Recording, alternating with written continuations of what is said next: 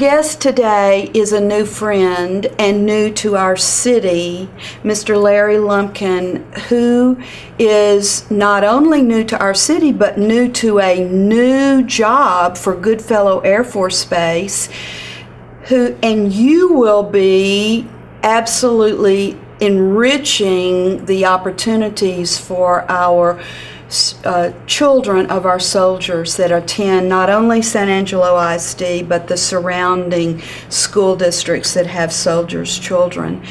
And what I'm so excited about, Mr. Lumpkin, is that with the stress on the families of our soldiers, especially when a parent is deployed, a soldier is deployed, yes.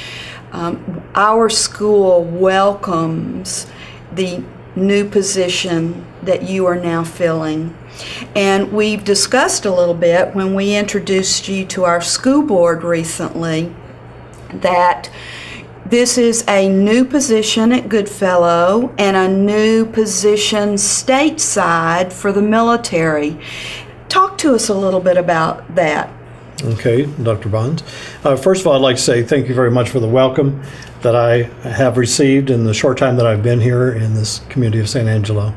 I find a warmness here and an openness that I've certainly appreciated. And I feel that this will really help me to make my transition into this community and try to make it more effective as I try to serve our military families and the community and be that liaison person between both. Well, we genuinely welcome you as another partner, and I think, Mr. Lumpkin, you're going to find that no matter where you live the rest of your life, and you have lived on military bases because you have served in our military, that this community truly supports education and our base here. Yes. And so now you are going to get to work for both and work for the children who are in our schools and help support them as their parents serve. So I want our audience to know that you are going to be developing this job now. You didn't have a predecessor here. No, this is my first attempt at a job, the first time that we're having that there this was position here. So. No one here to say, okay, now you're taking my place, because it's a first. Right. And that's an exciting opportunity for us. And I want our audience to know that as we go over the months and years to come, we're going to have you back to help our community understand how they can help our partnership. Our community loves the soldiers and those who serve, and they're very pro-America, and they also love children and want them to have a good education.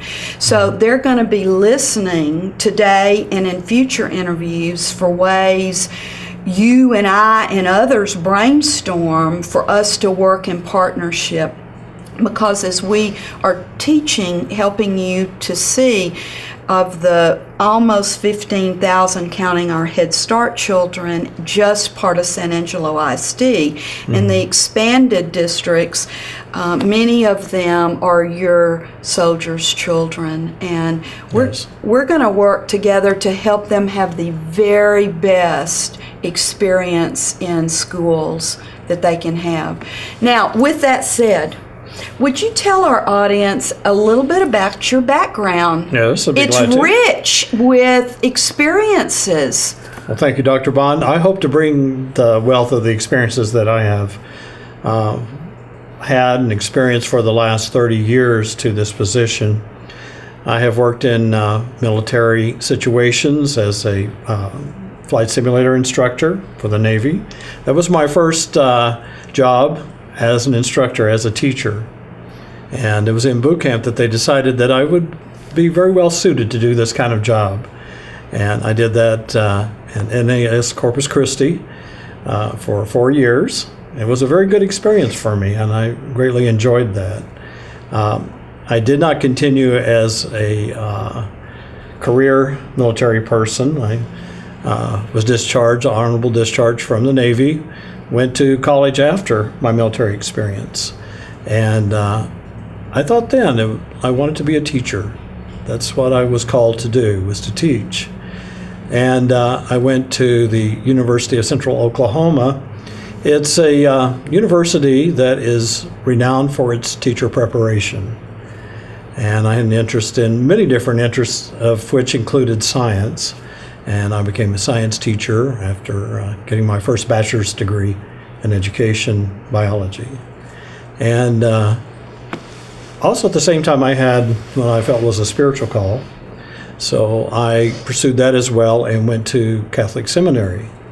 And that was at St. Meinrad Seminary in St. Meinrad, Indiana, the Benedictine school. 4 years later, I have a Master's of Divinity degree, and I started active ministry. And once again, fate, if you will, found me in a educational setting. I was teaching in our parish schools and our diocese high school in Oklahoma City. And the more I did that, the more I felt that this is what I wanted to do full time. This was the kind of work that would be my ministry, would be to help people to learn, to try to facilitate that, and to make that an enjoyable and enriching process that would be just the beginning of a lifelong endeavor in education. And that's what I tried to bring to my students throughout the years that I did teach. I took a leave of absence shortly afterwards and went to teaching full time. I didn't move far from where I began in Oklahoma City. I moved to Tulsa, Oklahoma. And shortly thereafter, I started employment with one of the first two alternative schools in Oklahoma. It was a very great experience for me to be able to work with students at this level. These were students who had very dire needs. They had experienced problems in their educational background. Often they were suspended from their home schools, so they came to us with a few deficits. And it was our job to try to help them to get back on the track, to learn the value of education, and then pursue their endeavors so that they might be successful learners, and to show them the value of that in their lives. And sometimes an alternative school is a second chance school of helping, or how I view, to help young people channel their thoughts and actions in ways that will help them have a high quality of life. So I am excited about your background of experiences, particularly caring deeply for kids who have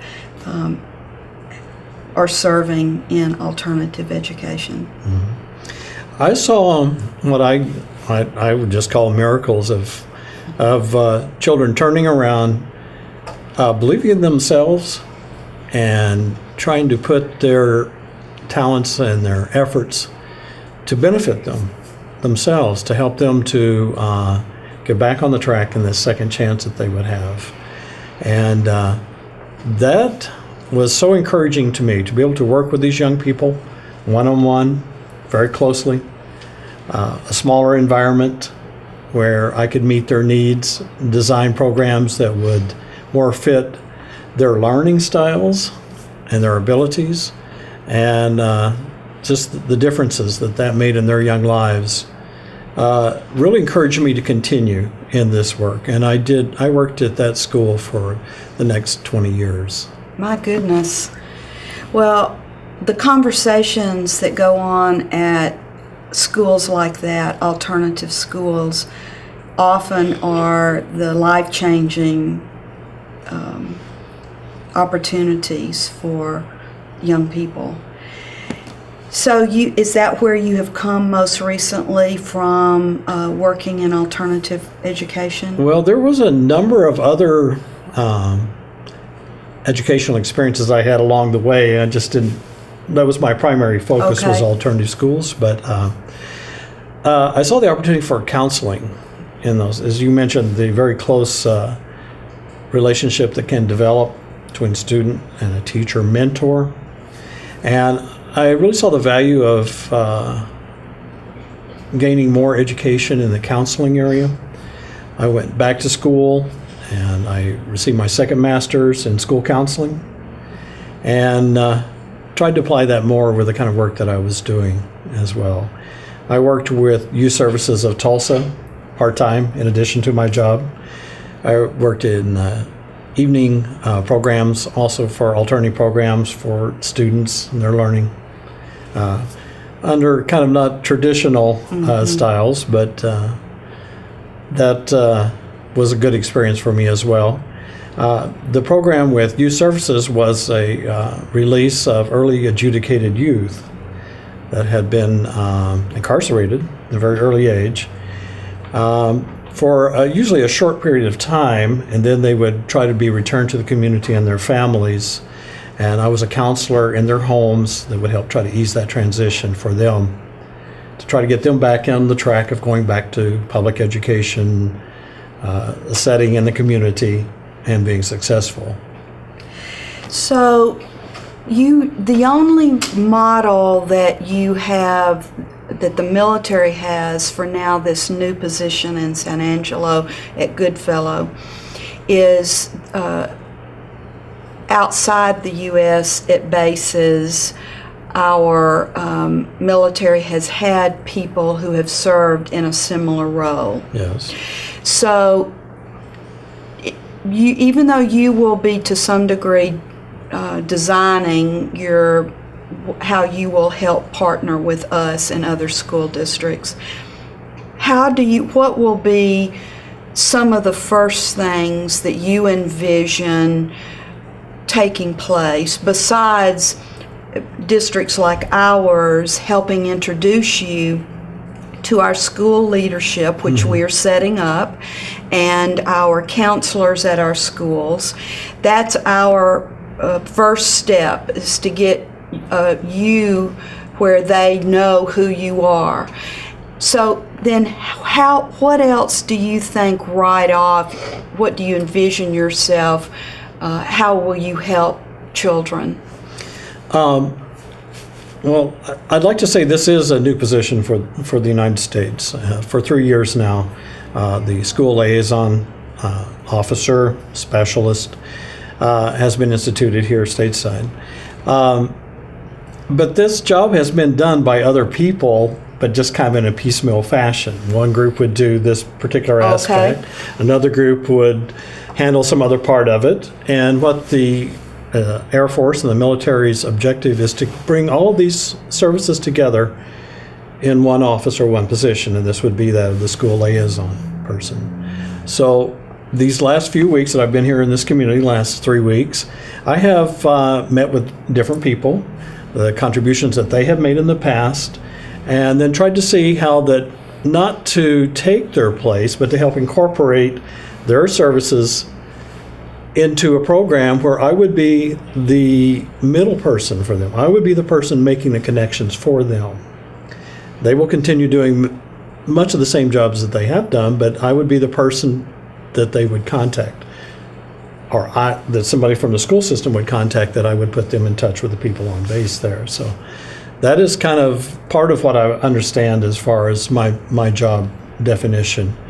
I will also try to help educate the people in the community outside the military as to the particular needs of military families, to help them understand that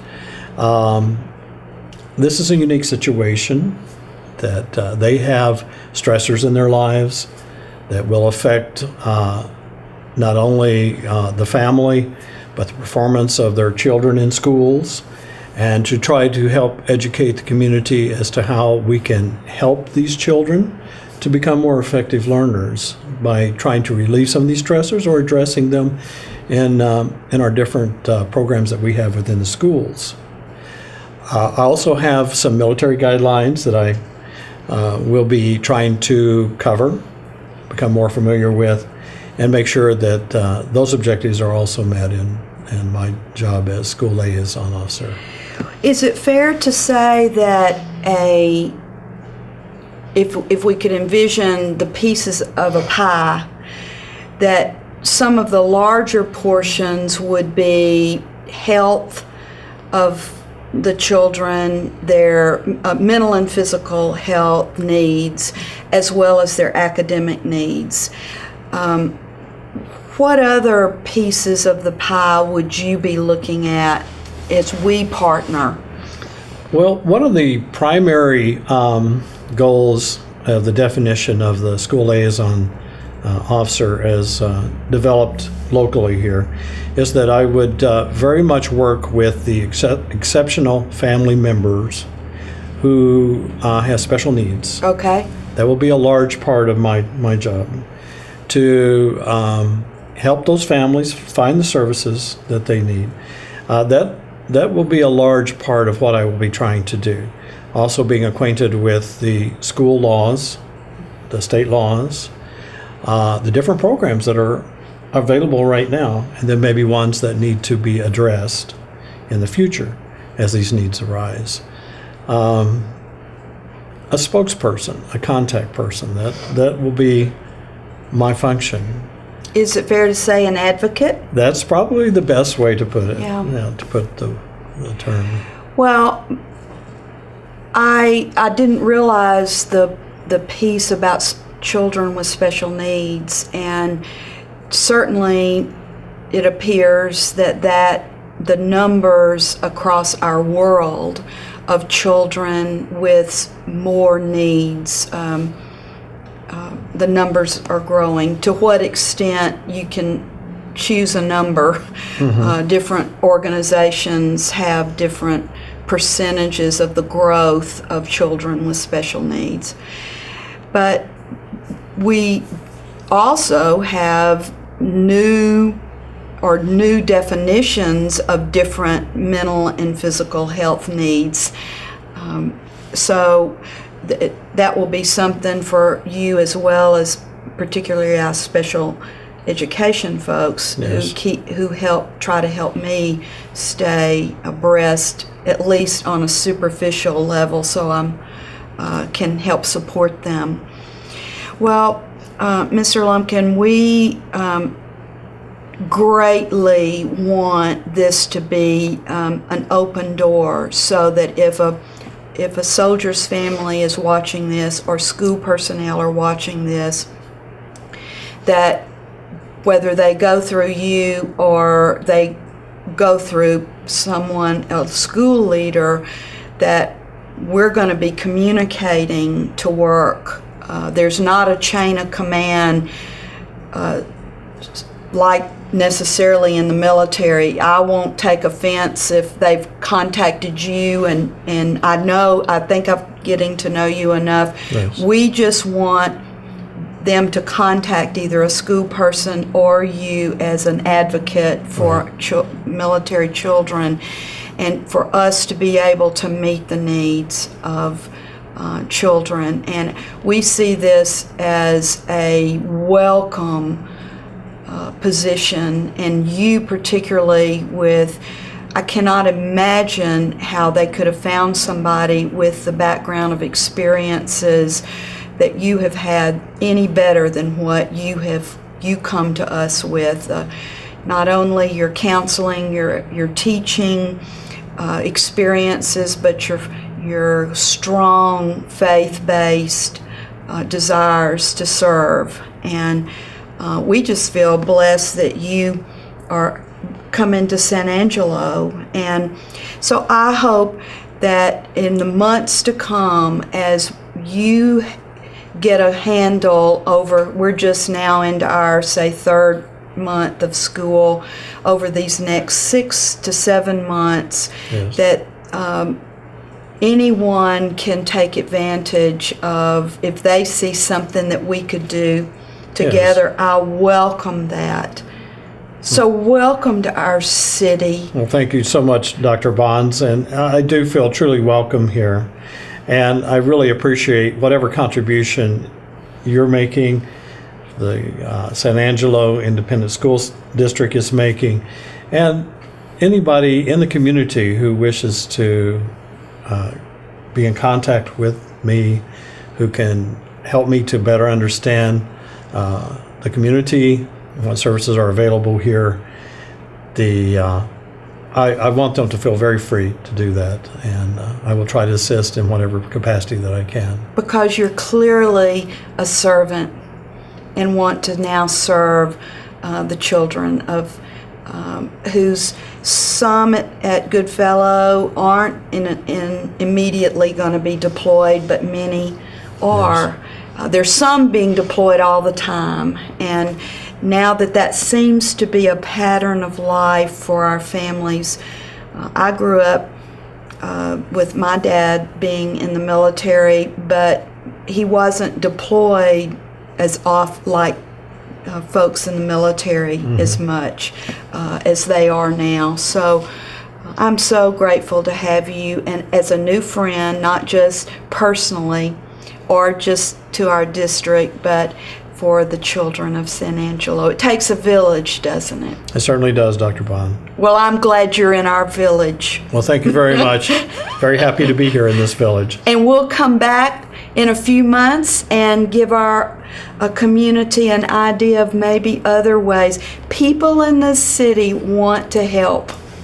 Well, that's great to hear. Yes, sir. Thank you so much. Thank you, Dr. Bonds.